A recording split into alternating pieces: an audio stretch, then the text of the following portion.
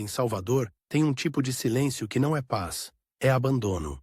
Num beco estreito, onde a luz do poste falha como uma vela cansada, um homem cambaleia e cai de joelhos. O cheiro chega antes dele, suor velho, urina, sangue seco. Quando ele levanta a barra da calça, a ferida na canela parece uma boca aberta. A pele ao redor está inchada, brilhando de febre. E ali, no brilho nojento, um detalhe cruel se mexe. Pequenos pontos brancos, larvas, como grãos vivos, disputando o que o corpo já não consegue proteger. Do outro lado do beco, uma porta range. Uma freira pequena, magra, com passos rápidos demais para aquela hora, não recua. Ela não faz careta, não cobre o nariz, não desvia o olhar. Ela chega perto como quem chega perto de um irmão. E então acontece o choque. Ela toca a ferida, com as mãos nuas. O homem tenta puxar a perna, envergonhado, quase rosnando de humilhação, mas ela fala baixo, firme, como se o mundo inteiro estivesse exagerando o horror e só ela enxergasse a verdade. Você não é essa ferida. Você é mais. Naquela noite ela não tem hospital. Não tem autorização. Não tem dinheiro. Não tem nada além de uma fé que parece imprudência. Ela o arrasta, literalmente, para um lugar que não foi feito para pessoas. Um galinheiro. Um cômodo sujo, quente, com cheiro de penas e fezes, onde até a dignidade parece pedir desculpas por existir. Ali ela improvisa uma cama com tábuas e panos. E enquanto a cidade dorme, a freira começa uma guerra. Essa freira vai ser chamada de Santa Dulce dos Pobres. Mas para entender por que o Brasil inteiro aprendeu a pronunciar esse nome como quem faz uma oração, a gente precisa voltar ao começo, quando ela ainda nem imaginava que um galinheiro viraria o primeiro altar de um milagre. Ela nasceu em 26 de maio de 1914, em Salvador, Bahia, numa casa onde o cheiro era outro. Comida simples, roupa passada, madeira antiga e o som de uma cidade que crescia com pressa. O nome dela era Maria Rita de Souza Brito Lopes Pontes, um nome grande, respeitável, com cara de família direita. E por fora, a vida até parecia organizada. Pai dentista, mãe atenta, irmãos, deveres, horários, escola. Mas há crianças que já nascem com uma pergunta grudada no peito, uma pergunta que dá coceira na alma. E aqueles que ninguém vê? Maria Rita era assim. Enquanto algumas meninas brincavam de boneca como ensaio de futuro, ela brincava de hospital com uma seriedade desconcertante. Não era aquela encenação fofinha. Ela fazia fila, distribuía papéis, organizava consultas, e quando faltava paciente, ela dava nome, inventava dor, inventava febre, inventava fome. E tratava com uma dedicação que parecia adulta demais. O detalhe estranho é que ninguém ensinou isso para ela. Não houve palestra, não houve campanha. Foi como se o coração dela tivesse antenas, captando um sofrimento que os outros chamavam de coisa da vida. Na Bahia daquela época, a pobreza não era um tema. Era paisagem. Você via na rua, via na esquina, via na porta das igrejas. Crianças magras com olhar de gente velha, homens sem trabalho sentados, como se esperassem o mundo terminar. Mulheres segurando trouxas, como se carregassem a casa inteira nas costas. E, ainda assim, o costume de ver podia virar a doença de não sentir. Maria Rita não se acostumava, ela não tinha o privilégio de ignorar.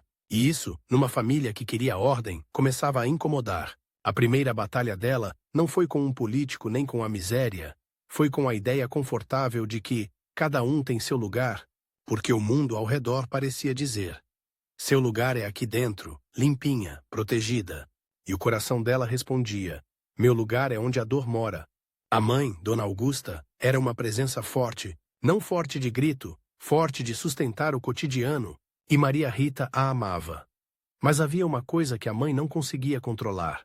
O tipo de compaixão que não pede licença. Maria Rita levava comida escondida, separava pedaços melhores, guardava pão, pedia roupa velha, e sempre havia alguém do lado de fora, sempre havia um precisando. Só que a vida não deixa certas pessoas amadurecerem com calma. Quando Maria Rita ainda era menina, a doença entrou em casa como uma visita sem educação. A mãe adoeceu. A casa, que antes parecia um relógio, começou a falhar nas engrenagens. E uma criança percebe muito mais do que os adultos imaginam. Percebe o jeito que a conversa baixa quando ela entra. Percebe os olhos, vermelhos fingindo normalidade. Percebe o silêncio depois que uma porta se fecha. E então veio o golpe, a morte da mãe. Para muita gente, a dor vira amargura. Para ela, a dor virou direção, não porque ela gostou de sofrer, ninguém gosta, mas porque ela entendeu, cedo demais, que o mundo quebra pessoas, e ela decidiu, mesmo sem saber como, que não seria mais uma pessoa que passa reto. Foi nessa fase que a fé deixou de ser uma coisa de domingo e virou uma coisa de pele. A igreja, com seus cheiros de vela e incenso, com sua sombra fresca e suas imagens de santos feridos, começou a parecer menos um lugar de regra e mais um lugar de resposta. Ela olhava para as estátuas, mártires, chagas, corações atravessados, e não via enfeite, via gente, e principalmente via uma pergunta. Se Deus se importa, por que tanta miséria? E uma possível resposta, cruel e bonita ao mesmo tempo.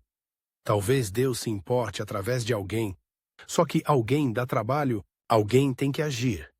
E agir quase sempre cria inimigos. Foi num desses dias comuns, os dias em que a vida parece não estar fazendo história, que Maria Rita cruzou com um homem que viraria, sem querer, um símbolo do lado oposto do mundo dela. Ele era conhecido no bairro, um desses sujeitos cheios de certeza, barriga à frente, voz alta, riso fácil quando a piada era sobre os outros. Chamavam-no de Coronel Amaral. Não precisava nem ser coronel de verdade.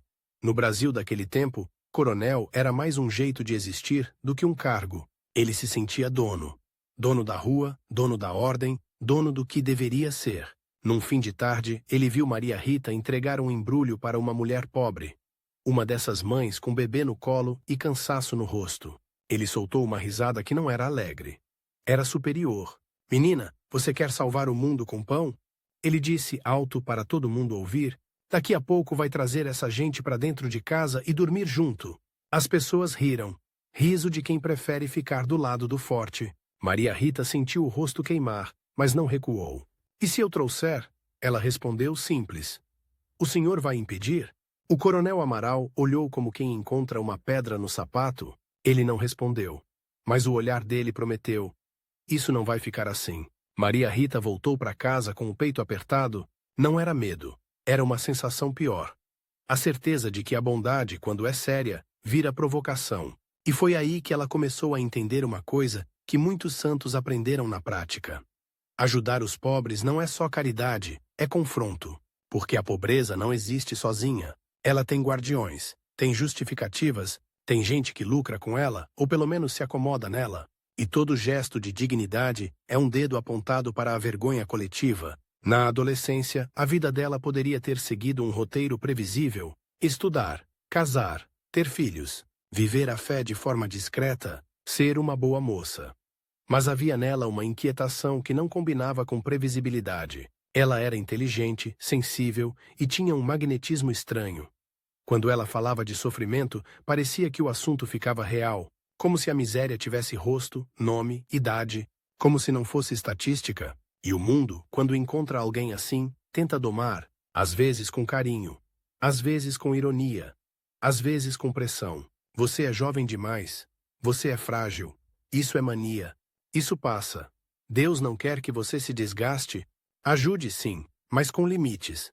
Limites. Essa palavra perseguia Maria Rita, só que a vocação dela, mesmo antes de ter esse nome, não cabia em limites. E ela começou a sentir, com clareza assustadora, que sua vida não seria sua.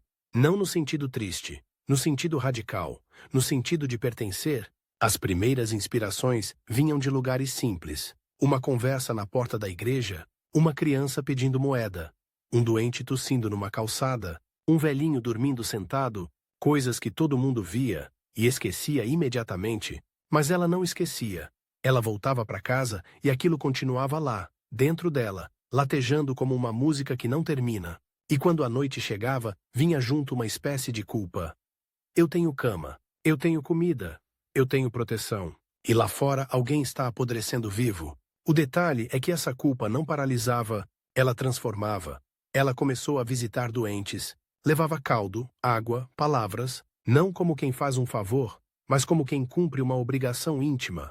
E com o tempo, algo ainda mais perigoso aconteceu.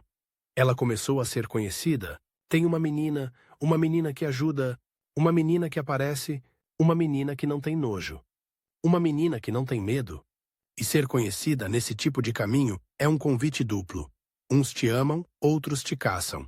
A família, por sua vez, vivia o dilema clássico: orgulho e preocupação se misturando. O pai via nela uma força rara, mas também via o mundo como ele é: sujo, cruel, pronto para esmagar idealistas. E idealistas, para muitos homens práticos, são só pessoas que ainda não foram derrotadas. Ele tentou orientar, tentar proteger, tentar negociar com o destino.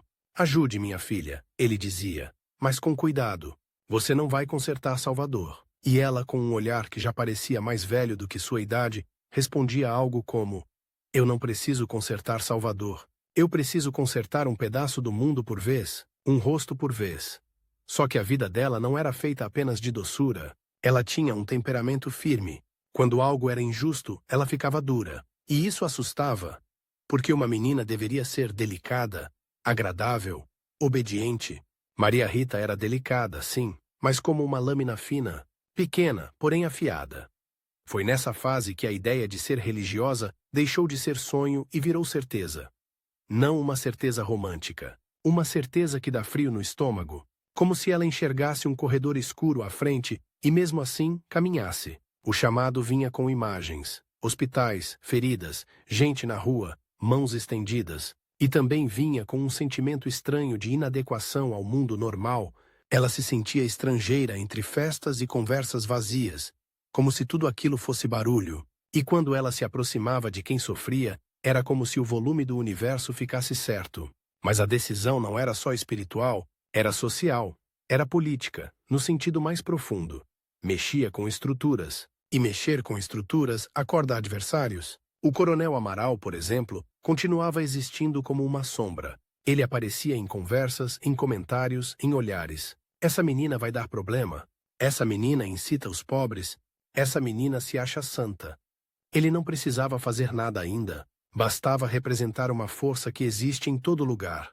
A força que teme qualquer mudança. E o medo, quando tem poder, vira perseguição.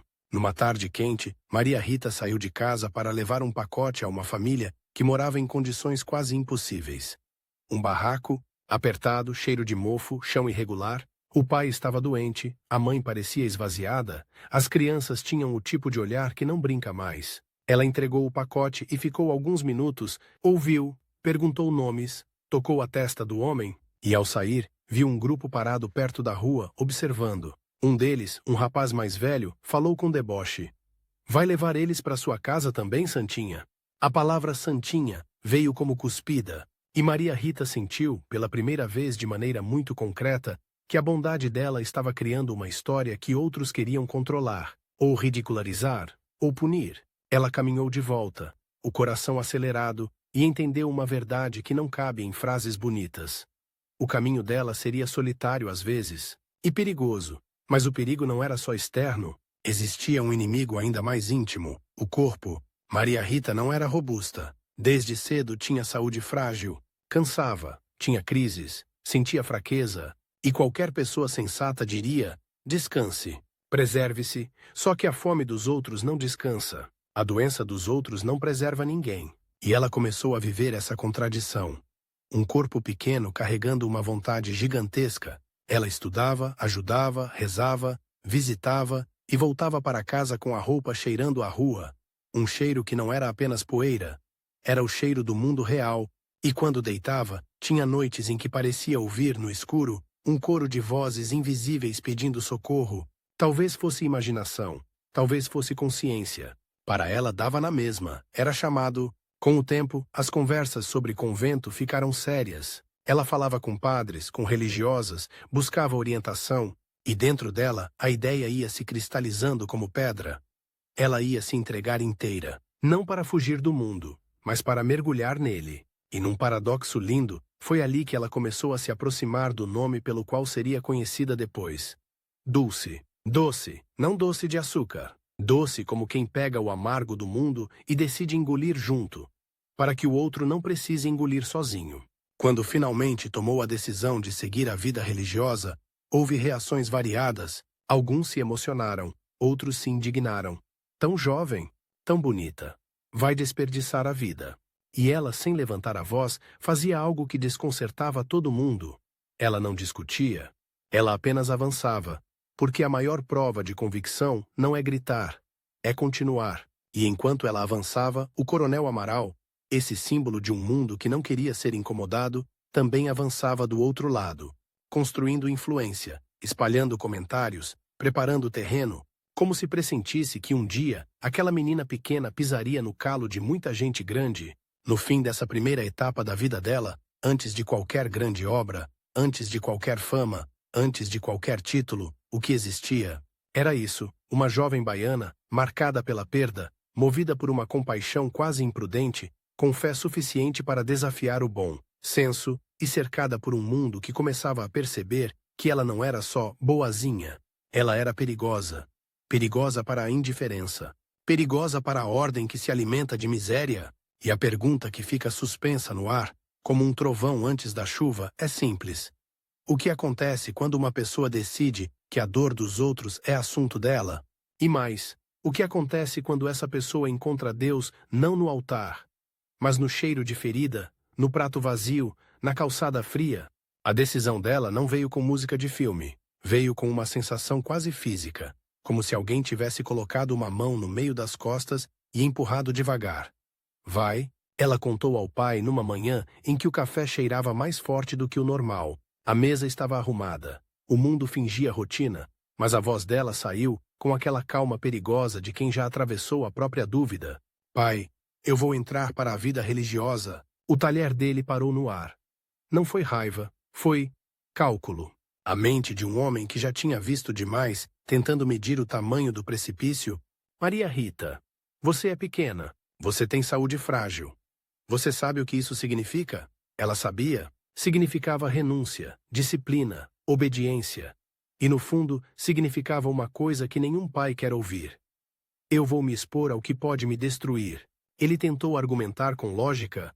Você pode servir a Deus aqui, pode ajudar pessoas aqui. Não precisa se fechar num convento? E ela respondeu com uma frase que parecia simples, mas era uma explosão disfarçada. Eu não quero me fechar, pai. Eu quero me abrir de um jeito que eu não consigo sozinha. A palavra sozinha doeu. Porque por mais que a casa fosse cheia, por mais que houvesse irmãos, vizinhos, conhecidos, a vocação tem uma solidão própria. É uma estrada que ninguém percorre no seu lugar. O pai passou dias entre o orgulho e o medo. E enquanto ele hesitava, a cidade soprava opinião em todas as direções. Algumas mulheres diziam que era lindo. Alguns homens diziam que era loucura. Alguns religiosos diziam que era sinal. E os cínicos?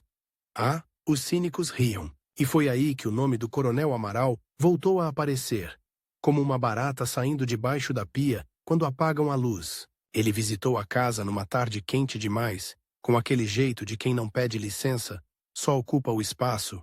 Trazia uma gentileza, uma caixa de doces finos, cheirosos, brilhando em papel. Era irônico. Dulce, doce, ainda nem era o nome dela na vida religiosa, mas ali estava o inimigo, trazendo açúcar para tentar impedir o que ele considerava uma afronta. Vim falar como amigo, disse ele sorrindo. Seu pai é homem sensato, não vai deixar uma menina se jogar num fanatismo. A cidade precisa de moças bem criadas, casando bem, fazendo família. Esse negócio de pobre é bonito até sujar a barra do vestido. Ele falou pobre, como se fosse doença. O pai, educado, tentava manter o tom. Mas Maria Rita entrou na sala sem anunciar. Viu a cena, entendeu tudo. O Coronel Amaral se levantou com uma cordialidade agressiva. Maria Rita, justamente você, eu estava dizendo ao seu pai que certas escolhas podem manchar o nome de uma família. Foi o tipo de frase que parecia conselho, mas era ameaça. E ali aconteceu uma coisa que marcaria o caminho dela. Ela não respondeu com submissão nem com grito. Ela respondeu com serenidade. O nome de uma família não mancha quando toca um pobre, coronel. Mancha quando finge que ele não existe. O silêncio na sala foi como um tapa. O Coronel Amaral sorriu de lado, mas os olhos dele endureceram. Ele pegou o chapéu, deu um beijo no ar e saiu com a certeza de quem acabou de escolher um alvo. Naquela noite, o pai dela não dormiu. E no meio da madrugada, ele foi até o quarto. Viu a filha ajoelhada ao lado da cama, rezando no escuro. Não era encenação, era necessidade. Era como se ela estivesse conversando com alguém que realmente estava ali. Ele não disse sim. Ele disse algo mais pesado. Se é isso, Então seja inteira. Não volte pela metade. E foi assim que a porta se abriu. Ela entrou para a congregação das Irmãs Missionárias da Imaculada Conceição da Mãe de Deus. A palavra missionária colou nela como destino. Porque não era apenas ser freira, era ser enviada, era sair de si, era ir até onde ninguém queria ir. No começo, o convento parecia outra realidade. O som dos passos, o ritmo das orações, a comida simples, o trabalho. A vida lá dentro tinha uma ordem que para muita gente seria alívio.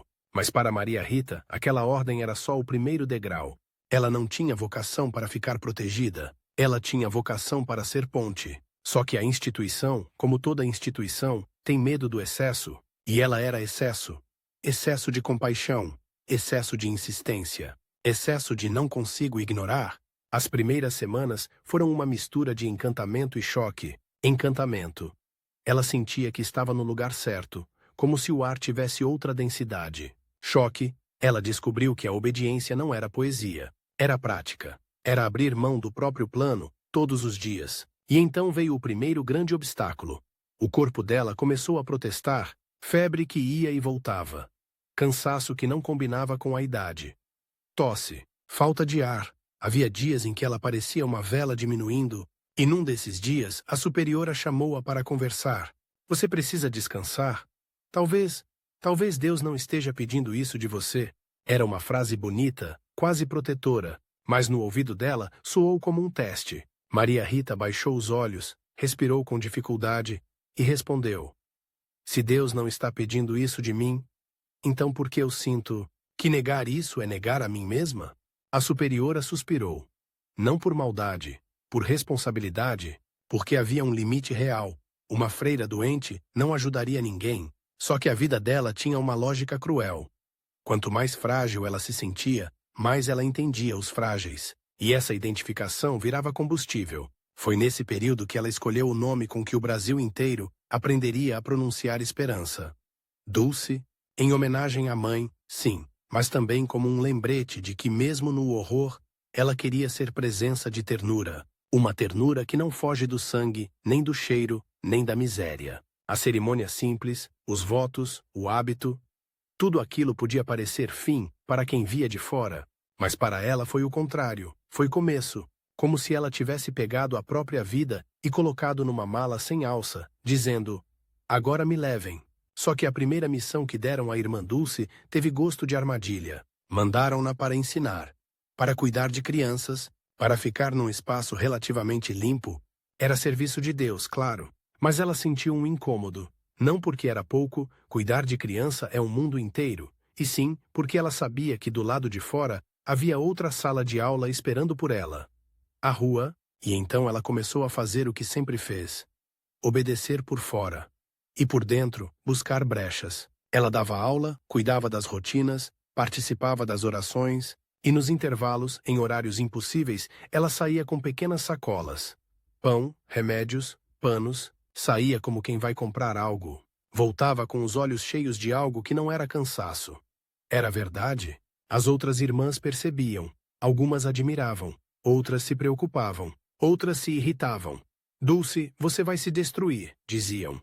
Dulce, você está se exibindo, insinuavam. Dulce, isso não é prudente. Prudência, de novo, a palavra que tentava colocar freio no coração dela, só que quanto mais tentavam frear, mais ela enxergava que havia um conflito escondido dentro da própria ideia de religião. Um lado queria ordem e segurança, o outro queria risco e misericórdia, e ela, sem perceber, estava puxando a igreja para o risco. Foi aí que o Coronel Amaral reapareceu. Desta vez de forma mais sofisticada. Ele começou a circular comentários não apenas na vizinhança, mas em lugares onde opinião vira decisão. Reuniões, rodas influentes, conversas com gente que tinha poder de autorizar e proibir. Ele dizia que aquela freira estava criando tumulto, incentivando vagabundagem, dando moral para mendigo, e como todo discurso venenoso, ele vinha embrulhado em preocupação. Se a gente alimenta, eles param de trabalhar. Se a gente acolhe, eles se multiplicam. Se a gente dá importância, eles se sentem iguais. A última frase, dita com cuidado, era a mais verdadeira. O medo dele não era a fome dos pobres, era a igualdade. E então aconteceu um twist que ela não esperava. Um dos que pareciam aliados começou a virar obstáculo. Um padre influente, homem de fala bonita, respeitado, chamou Irmã Dulce para conversar. A sala cheirava a papel e cera de chão. Havia crucifixo na parede, mas também havia frieza no tom. Irmã Dulce, sua intenção é boa, ninguém duvida. Mas há limites. A igreja não pode virar um centro de mendicância. A palavra mendicância bateu nela como um soco. Padre, ela respondeu com educação. Jesus não fugiu dos mendigos. Ele apertou os lábios. Jesus também não criou desordem. E naquele instante ela entendeu. O inimigo não era apenas o Coronel Amaral. O inimigo era a ideia de que a fé serve para manter tudo no lugar. A ideia de que misericórdia deve ser discreta, quase invisível, para não incomodar os poderosos. Ela saiu da sala com as mãos tremendo, não de medo, de indignação contida. E na mesma noite foi para a capela. Sozinha, no escuro, ela falou com Deus de um jeito que não era bonito. Era humano. Se eu estiver errada, me pare. Mas se eu estiver certa, não deixe que me calem. Nos dias seguintes, a pressão aumentou. Algumas portas começaram a fechar. Doações menores, pessoas ocupadas, convites cancelados. E a sensação de que o mundo inteiro estava dizendo: fique no seu quadrado. E então veio o golpe mais cruel. A saúde dela piorou de verdade.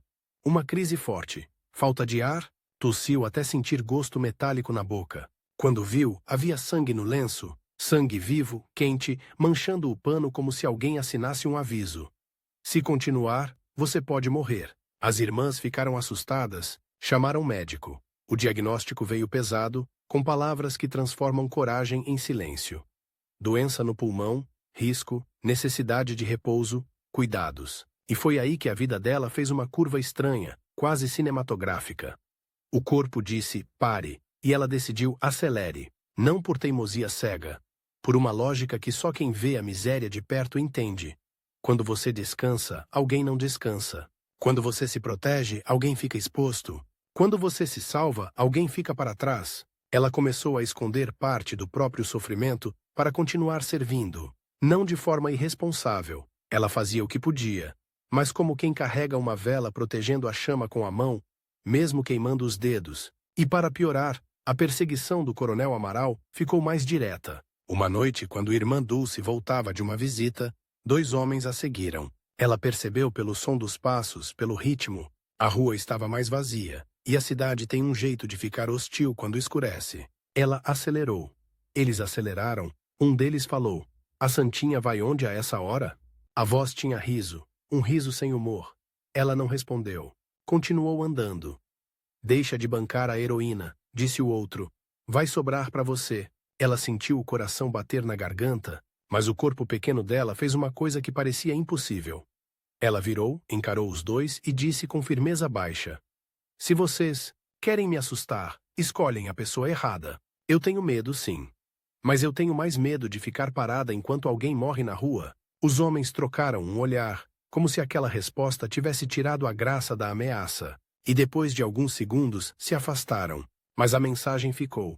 Estamos olhando. Na manhã seguinte, uma irmã perguntou por que ela estava pálida. Dulce sorriu. É só cansaço. Era mentira. Mas era uma mentira com propósito.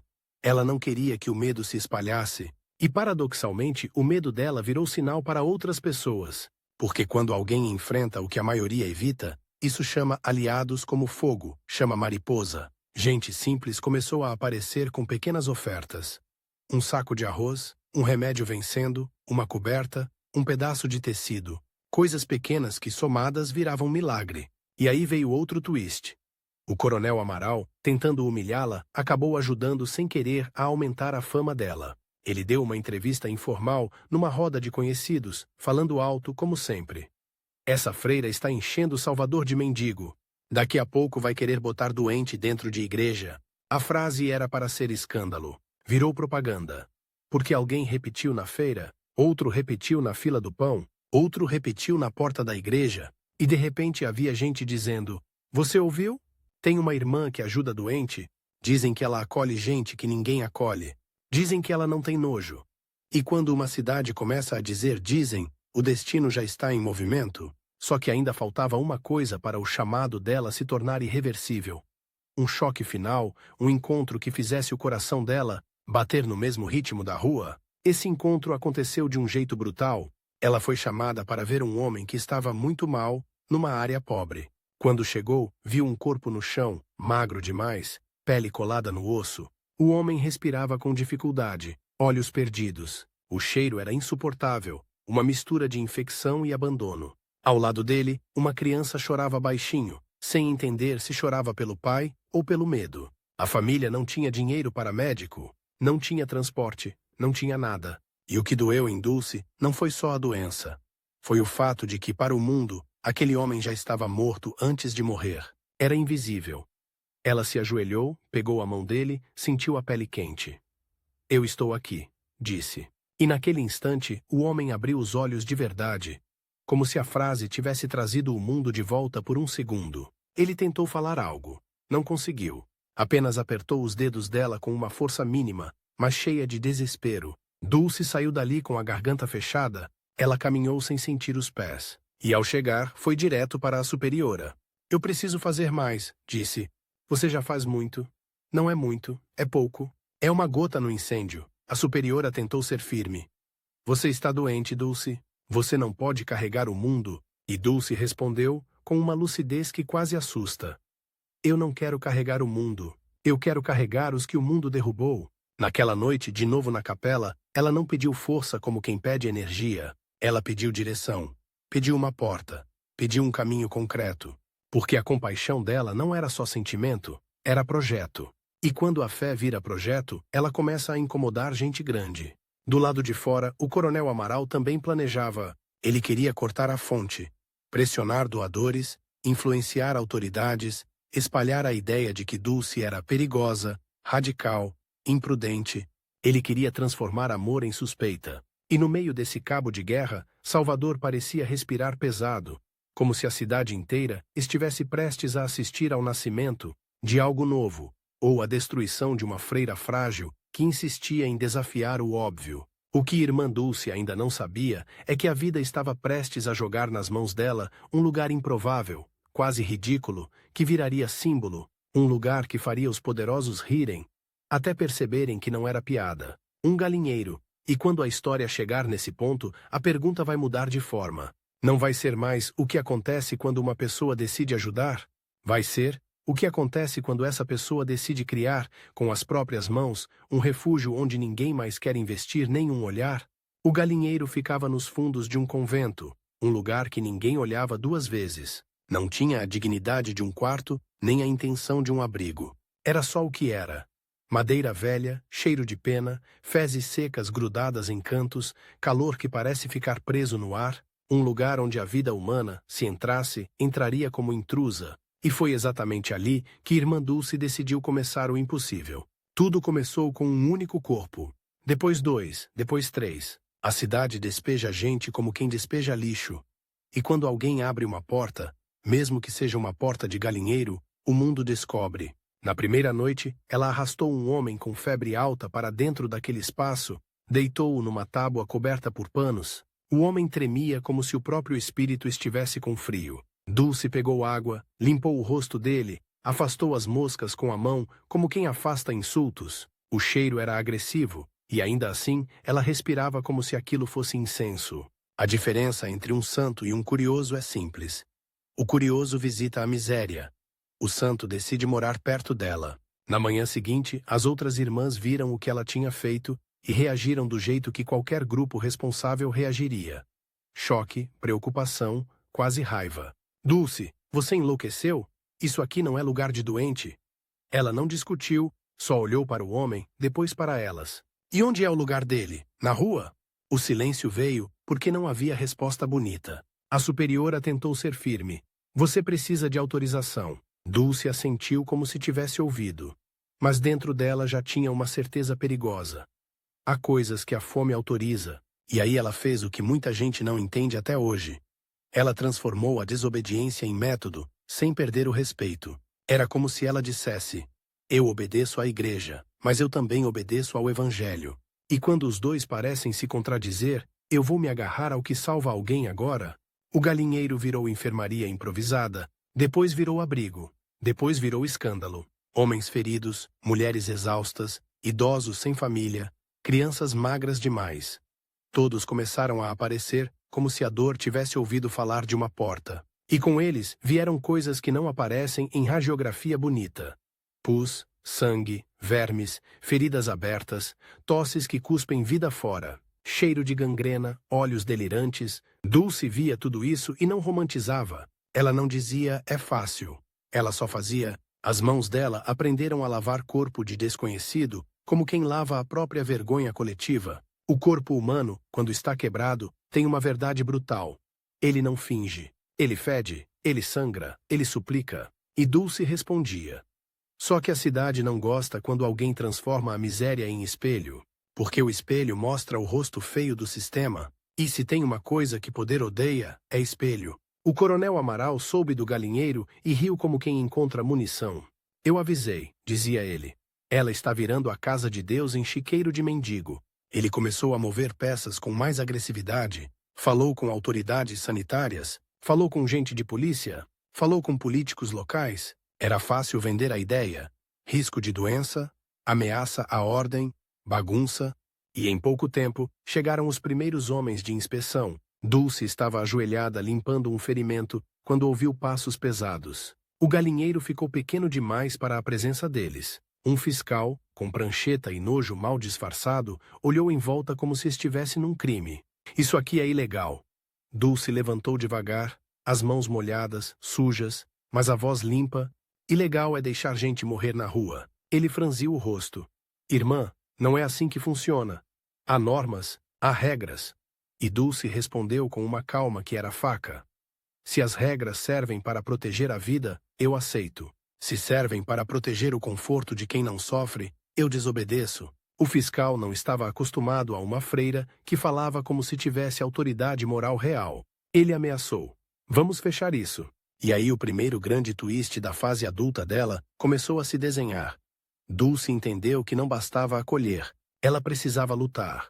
Precisava falar a língua do inimigo sem virar inimiga de si. Naquela mesma semana, ela começou a procurar aliados em lugares improváveis.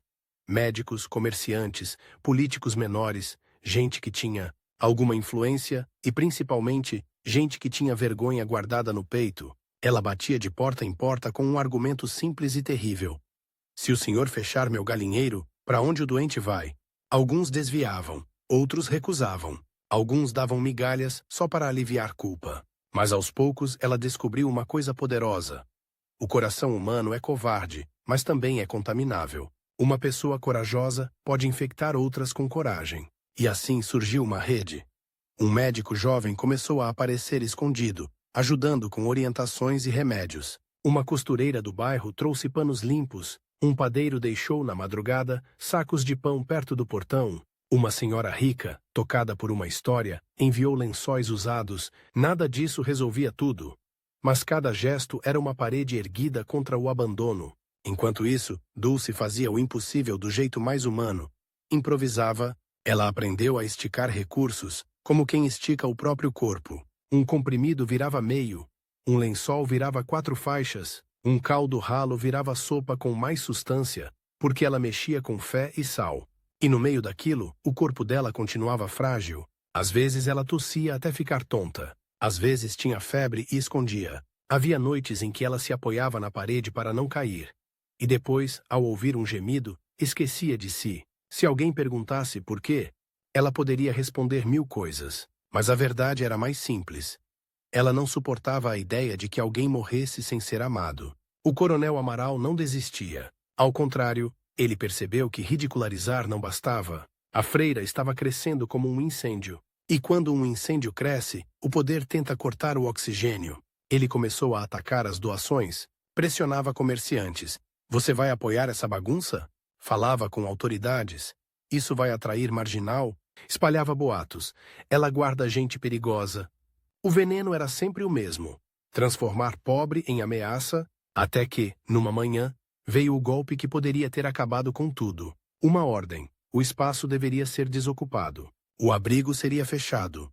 Por razões sanitárias.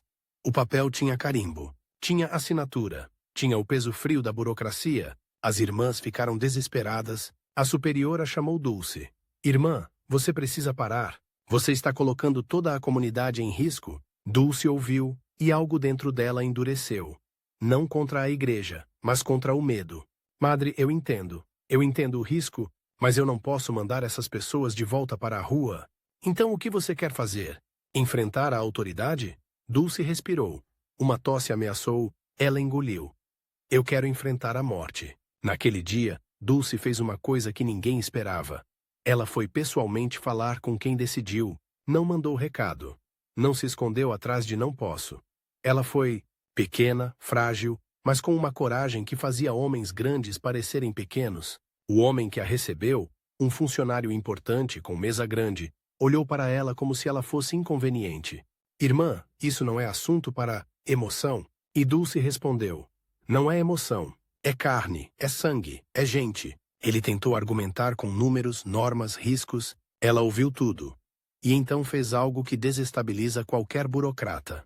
Ela contou histórias. Contou do velho que dormia no chão e agora tinha cama. Da mulher com infecção que seria amputada e foi tratada a tempo. Da criança que voltara a comer. Do homem que pela primeira vez em anos disse obrigado sem chorar.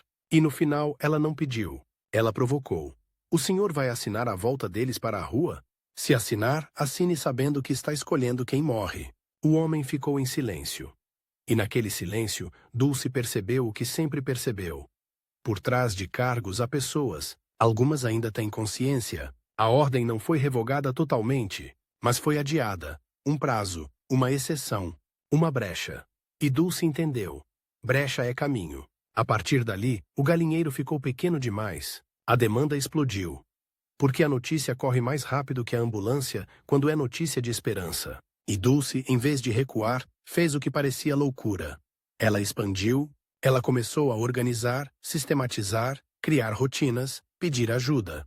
O improviso virou estrutura, a compaixão virou instituição em formação. E isso, por incrível que pareça, era mais assustador para os inimigos.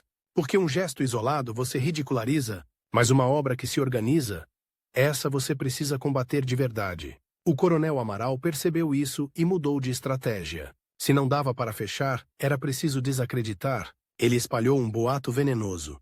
Que Dulce gostava de ser vista, que era vaidosa, que buscava fama de santa. Boatos desse tipo são perfeitos porque parecem moralidade, mas são inveja disfarçada. Dulce ouviu isso de alguém que veio alertá-la. Ela não ficou indignada. Ela ficou triste, porque sabia que, se a obra dependesse da reputação dela, seria frágil. E então, ela fez algo surpreendente. Começou a esconder-se quando podia, mandava outros falar em público, evitava destaque. Não por falsa humildade, mas por estratégia espiritual. Não dar ao inimigo a arma do ego. Só que o mundo não deixa santos invisíveis. Quanto mais ela se escondia, mais as pessoas contavam histórias. Histórias que ganhavam contornos quase impossíveis. Uma cura aqui, uma coincidência ali, uma providência no último segundo. E Dulce, sempre prática, tentava desinflar o mito. Não fui eu, foi Deus, e foi vocês também. Mas o povo, quando precisa de sinal, transforma a bondade em lenda. E lenda, às vezes, vira proteção.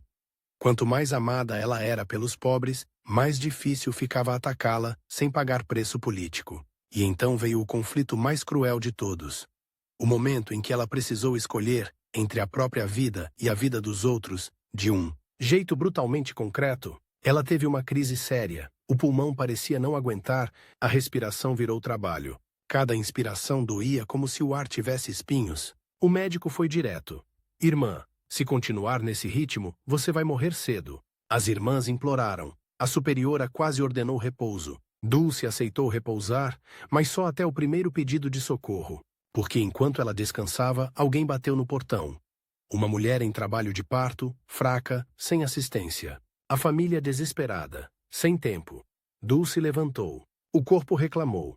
Ela levantou mesmo assim. A cena foi de um realismo cruel. Uma freira doente, ajudando a trazer vida ao mundo, num lugar que mal segurava os vivos. A mulher gritava. O suor escorria.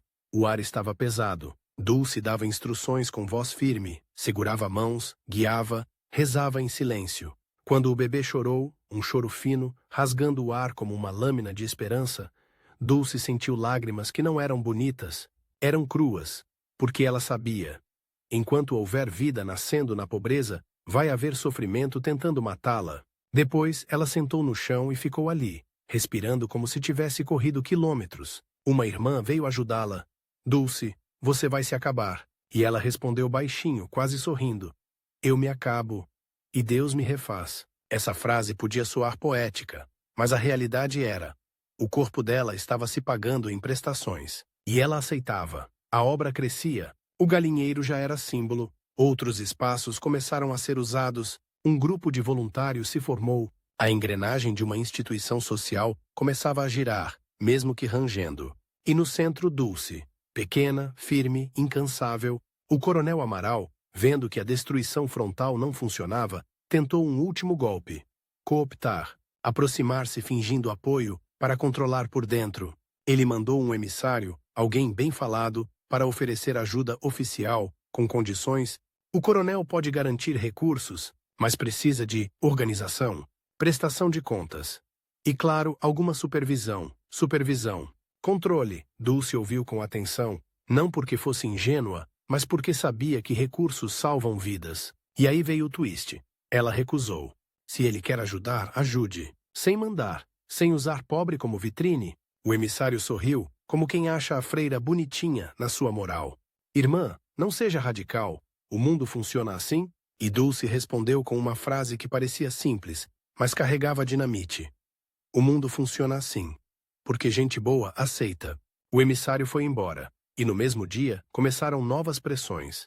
Mais inspeções, mais ameaças, mais boatos. Mas agora Dulce não estava sozinha. Havia pobres defendendo-a, como se defendessem a própria mãe. Havia voluntários, havia médicos, havia gente que, ao ver a coragem dela, perdeu a vergonha de ajudar.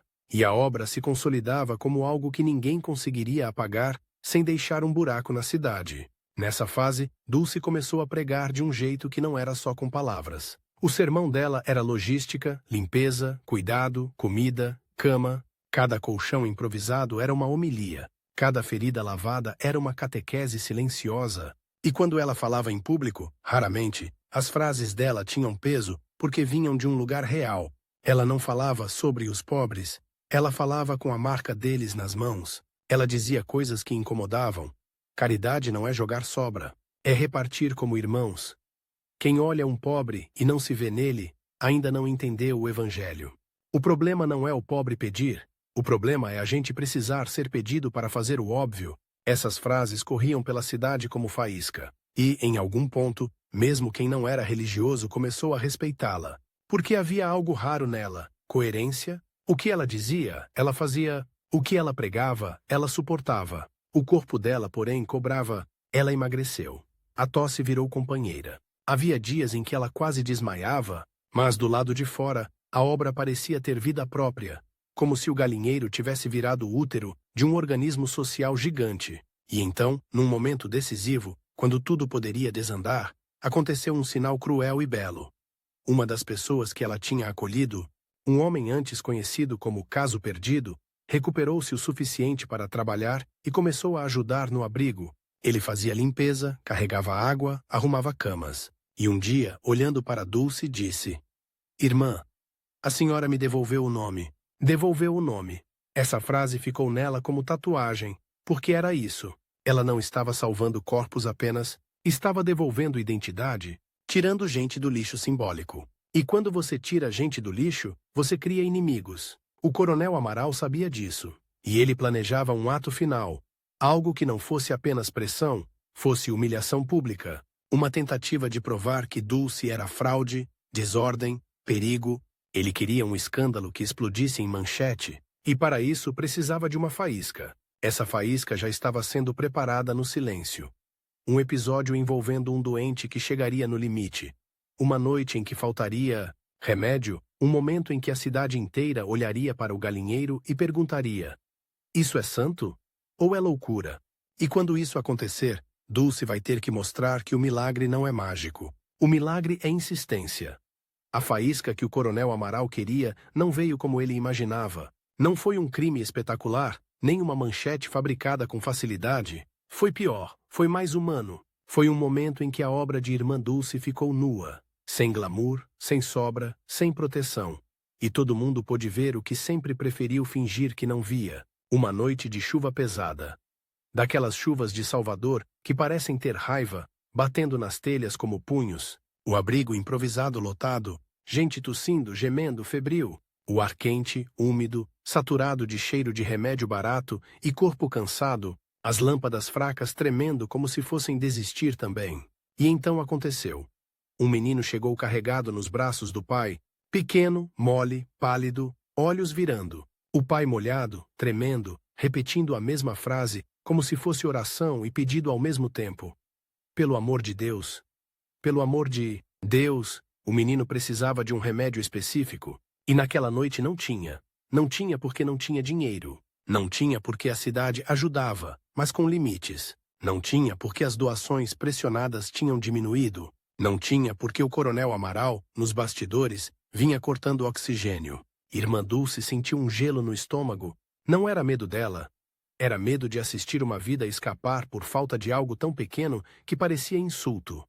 Um frasco, uma ampola, uma dose. Ela pediu para procurarem, reviraram caixas, bolsas, gavetas, nada. O pai olhava para ela como quem olha para o último lugar do mundo onde ainda existe esperança. E esperança, quando não tem o que oferecer, vira culpa. Foi nesse instante que a realidade mais feia apareceu. Às vezes, amar não basta. Dulce fechou os olhos por meio segundo, abriu e disse ao pai: "Eu não vou deixar seu filho morrer sem lutar." E ela saiu na chuva. Não mandou alguém. Não ligou para alguém. Ela foi. Pequena, tossindo, com o hábito colado no corpo pela água, indo pelas ruas como uma sombra branca, atravessando o caos. Ela bateu na porta de um farmacêutico que já tinha ajudado antes. Tarde da noite, chuva, risco. O homem abriu só uma fresta, irritado. "Irmã, agora não." Dulce colocou a mão na fresta da porta, não para forçar, para impedir que a compaixão se fechasse. Se o senhor fechar, ele morre. O farmacêutico prendeu a respiração. Eu não posso dar de graça sempre." Dulce assentiu, como quem entende a matemática cruel do mundo. "Então me venda, eu pago." "A senhora tem dinheiro?" E então veio o gesto que parecia absurdo. Dulce tirou do bolso uma correntinha simples, sem valor para um rico, mas era o que ela tinha. "Pegue isso, amanhã eu trago o resto. Mas agora, por favor." O homem hesitou. Olhou para a chuva, olhou para o rosto dela, magro demais, olhos fundos, uma febre escondida atrás de firmeza, e ali ele viu a verdade. Não era uma freira pedindo, era um ser humano implorando por outro. Ele abriu a porta. Dulce voltou correndo, o remédio protegido contra o peito como se fosse ouro. Quando chegou, o menino estava ainda mais fraco. Ela entregou ao médico voluntário, ajudou a preparar, segurou a mão do pai. O pai chorava sem som. A dose entrou. O corpo do menino tremeu. O tempo, por um instante, ficou suspenso como corda esticada. E então, uma respiração mais funda, um sinal mínimo, um retorno quase imperceptível. O menino não levantou milagrosamente. Não foi cinema, foi vida insistindo, e a fé dela, de alguma forma, também insistindo. Aquela noite salvou o menino e condenou Irmã Dulce a algo que ela já pressentia. Seu corpo pagaria, porque depois da chuva veio a crise, uma tosse violenta, seca e profunda, como se o peito dela fosse rasgado por dentro. Ela se apoiou na parede, tentando não cair, tentando não assustar ninguém. Mas uma irmã viu o lenço manchado, sangue de novo. A superiora foi dura, desta vez sem poesia. "Chega, você vai para o hospital, você não pode continuar assim." Dulce tentou argumentar, mas a voz falhou. E pela primeira vez em muito tempo, ela foi obrigada a ceder. Não por vontade, por limite físico. No hospital, o mundo ficou branco e frio. Cheiro de desinfetante, passos rápidos, conversas técnicas. Para muita gente, aquele seria o lugar certo. Para Dulce, era prisão de luxo. Ela sabia que, enquanto ela respirava com ajuda, gente respirava sem ajuda nenhuma lá fora. E aí, no meio daquele cenário, o coronel Amaral tentou dar o golpe final. Ele apareceu. Não pessoalmente, claro. Mandou recado, mandou gente. A mensagem chegou como veneno bem educado. Se Dulce recuasse, se entregasse a direção, se aceitasse supervisão, se organizada, nos termos deles, ela teria recursos, teria apoio, teria paz. Era o tipo de oferta que para muita gente pareceria solução. Mas Dulce entendeu o que era, um cabresto. Ela pediu que deixassem entrar um representante. Um homem bem vestido entrou no quarto, sorrindo como quem oferece futuro. Irmã, ninguém quer o seu mal. Queremos o bem. Mas com responsabilidade, com hierarquia, com coordenação. Dulce estava deitada, frágil, respiração curta. Mesmo assim, os olhos dela tinham o mesmo brilho de quando enfrentou o fiscal no galinheiro. Coordenação para salvar vidas, sim, ela disse pausada. Controle para calar pobres, não. O homem soltou um riso leve. A senhora fala como se isso fosse uma guerra. E Dulce respondeu, sem levantar a voz, mas com uma clareza que cortava. É uma guerra. Só que vocês lutam para manter as pessoas no chão. Eu luto para levantá-las. O homem inclinou a cabeça, tentando parecer paciente. Irmã, a senhora está doente. Talvez seja hora de descansar e deixar outros decidirem. E então veio a frase que desarmou tudo, porque não era bravata, era confissão. Eu vou morrer um dia, mas se eu deixar que vocês comprem essa obra, ela morre antes de mim. O emissário saiu sem resposta. E nos bastidores, o coronel Amaral percebeu que havia perdido o controle sobre a narrativa. Porque quando uma pessoa frágil recusa poder, ela vira um tipo de força que poder nenhum entende. Os anos passaram como passam para quem vive no limite, rápido e pesado. A obra cresceu, ganhou estrutura, novos espaços, mais gente envolvida. O que começou num galinheiro virou um organismo vivo, uma rede de cuidado que atendia quem não tinha porta. E com a expansão vieram também dilemas. Falta, burocracia, disputas internas, cansaço coletivo. Dulce aprendeu a fazer algo que para ela era quase tão difícil quanto lavar ferida. Delegar, confiar, aceitar que nem tudo passaria pelas mãos dela, e esse foi um twist silencioso. A mulher que nasceu para agir sozinha precisou aprender a formar outros. A santidade dela, naquele ponto, deixou de ser apenas presença, virou multiplicação. Ao mesmo tempo, o corpo dela se tornava cada vez mais frágil, o peito ficava menor, a respiração mais cara. Havia dias em que ela falava como quem economiza ar, e ainda assim, o olhar dela permanecia inteiro. Não havia vitimização, havia aceitação combativa. Em certos momentos, ela parecia um paradoxo ambulante. Uma mulher quase sem pulmões, sustentando uma obra que parecia exigir pulmões de gigante. E o inimigo? O coronel Amaral envelheceu também. O poder tem um problema. Ele envelhece mal quando se alimenta de desprezo. O coronel, com o tempo, virou uma caricatura de si mesmo. Ainda influente, sim. Ainda temido, sim. Mas agora havia algo que ele não conseguia suportar. Ele já não era o centro. A cidade tinha um novo centro moral. E era uma freira. Ele tentou, em seus últimos movimentos, um ataque de honra. Foi pessoalmente a um evento onde a obra de Dulce era mencionada. Queria dizer alguma coisa pública. Uma última tentativa de marcar território. O salão estava cheio. Gente simples e gente importante. Dulce não estava lá. Saúde não permitia. Mas o nome dela estava em todas as bocas. O coronel pediu a palavra. Falou com a voz cheia, ainda tentando impor a velha ordem. Eu reconheço o esforço. Mas não podemos romantizar a pobreza. Há limites, há perigos. Nem todo mendigo é inocente. Nem toda caridade é sabedoria. Ele achava que soaria sensato. Achava que recuperaria a autoridade. Só que um homem simples levantou do fundo do salão, um homem que tremia um pouco, como quem carrega passado no corpo. Ele falou sem microfone, mas a voz saiu forte porque vinha de um lugar que nenhum coronel domina. Gratidão.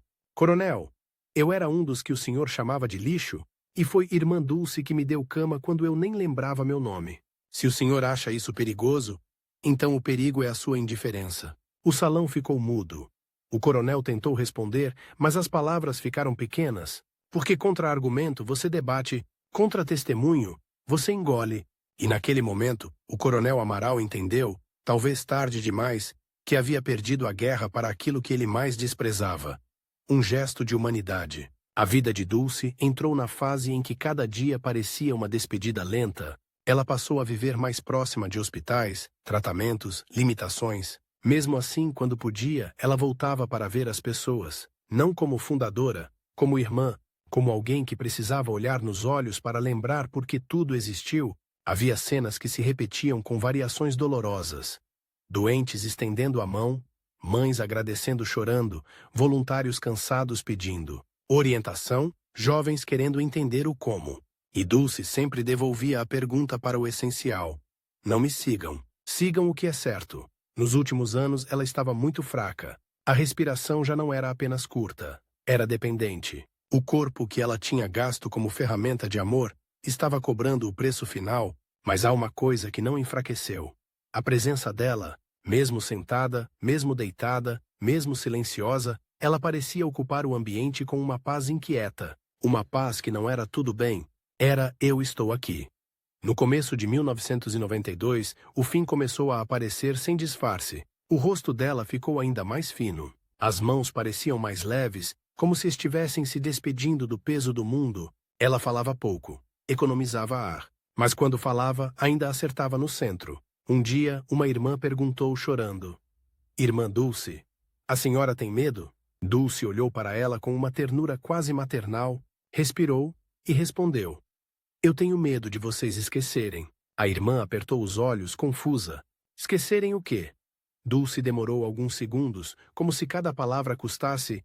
Esquecerem que pobre é Cristo disfarçado. Essa frase não era slogan, era a síntese da vida dela. Em 13 de março de 1992, Irmã Dulce morreu em Salvador, aos 77 anos. E a cidade não ficou silenciosa, ficou barulhenta de luto. O luto do povo tem som, tem choro alto, tem mãos batendo no peito, tem filas enormes, tem gente que não sabe o que fazer com a própria gratidão. Parecia que Salvador inteira tinha perdido uma mãe, porque para muita gente ela foi isso. A primeira pessoa que tratou seu corpo como corpo humano, e então veio o outro tipo de vida que começa depois da morte. A vida da memória. O curioso é que quando alguém morre, o poder costuma tentar domesticar a história, transformar em símbolo bonito, tirar a parte incômoda, fazer caber em homenagem e placa. E houve tentativas disso também. Gente importante falando frases bonitas, tirando foto, celebrando. Mas o povo não deixava esquecer a verdade. A verdade tinha cheiro, tinha ferida, tinha galinheiro. Com o tempo, a igreja no Brasil passou a reconhecer de forma cada vez mais clara aquilo que o povo já sabia. Não era só uma mulher boa, era alguém cuja vida tinha brilho de santidade. E santidade, aqui, não como perfeição de vitrine, mas como coerência radical. O processo de reconhecimento avançou, e a devoção se espalhou além da Bahia. Gente começou a chamar por ela em oração, a pedir intercessão, a contar graças recebidas. Histórias surgiram, algumas discretas, outras intensas, sempre com o mesmo fio. Eu pedi à Irmã Dulce, e algo se abriu. Anos depois, veio a beatificação, e mais tarde, a canonização, o título oficial de santa, reconhecendo-a como Santa Dulce dos Pobres, o nome que, no fundo, ela já tinha recebido do povo desde o começo. E aqui há um twist que pouca gente repara. A canonização não foi o fim da história, foi apenas o carimbo em algo que já acontecia, porque ela já era santa na prática muito antes de ser santa no papel. O legado dela não é apenas um edifício, nem apenas um hospital, nem apenas uma instituição. Embora tudo isso exista, o legado dela é uma frase silenciosa que ficou colada na consciência do Brasil. Não dá para rezar de verdade ignorando quem sofre, e o mais desconcertante é que a vida dela continua fazendo inimigos, mesmo depois da morte. Porque toda vez que alguém cita Santa Dulce dos Pobres, fica implícito um confronto. Se ela conseguiu, o que eu estou fazendo? Esse tipo de pergunta incomoda. Incomoda quem prefere que a fé seja decoração.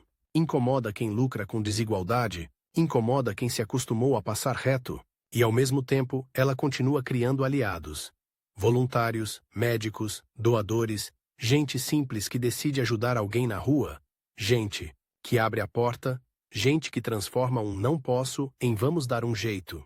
Talvez o maior milagre dela seja esse. Ela mudou o comportamento de pessoas comuns. Ela provou que santidade não é uma coisa distante, reservada a quem vive em imagens. Santidade pode ser um gesto repetido até virar sistema. Pode ser um sim teimoso em um mundo que vive dizendo não. E se você voltar ao começo, aquela imagem do beco, da ferida aberta, do cheiro que causa náusea e vergonha, dá para entender por que a história dela prende tanto, porque ela não é uma história confortável. Ela é uma história que dá satisfação, porque entrega exatamente o que promete. Uma vida inteira de serviço real, sem maquiagem. Ela dá interesse porque a cada passo a pergunta aumenta. Como alguém tão frágil conseguiu sustentar tanta gente? E ela dá uma certa repulsa, sim, porque obriga a gente a olhar para aquilo que costuma esconder. O corpo abandonado, a miséria, fedida, a cidade que deixa apodrecer, Santa Dulce dos Pobres é venerada no Brasil porque ela foi um escândalo vivo, um escândalo contra a indiferença. E no fim, esse escândalo venceu. Não venceu matando inimigos, venceu fazendo o impossível, transformando inimigos em pessoas que, pelo menos uma vez, tiveram vergonha. E talvez seja esse o convite mais forte que fica, não como moralismo, mas como desafio. Quando você encontrar alguém caído, alguém invisível, alguém incômodo, você vai ser mais um que passa reto. Ou vai ser, nem que seja por um minuto, a porta que se abre.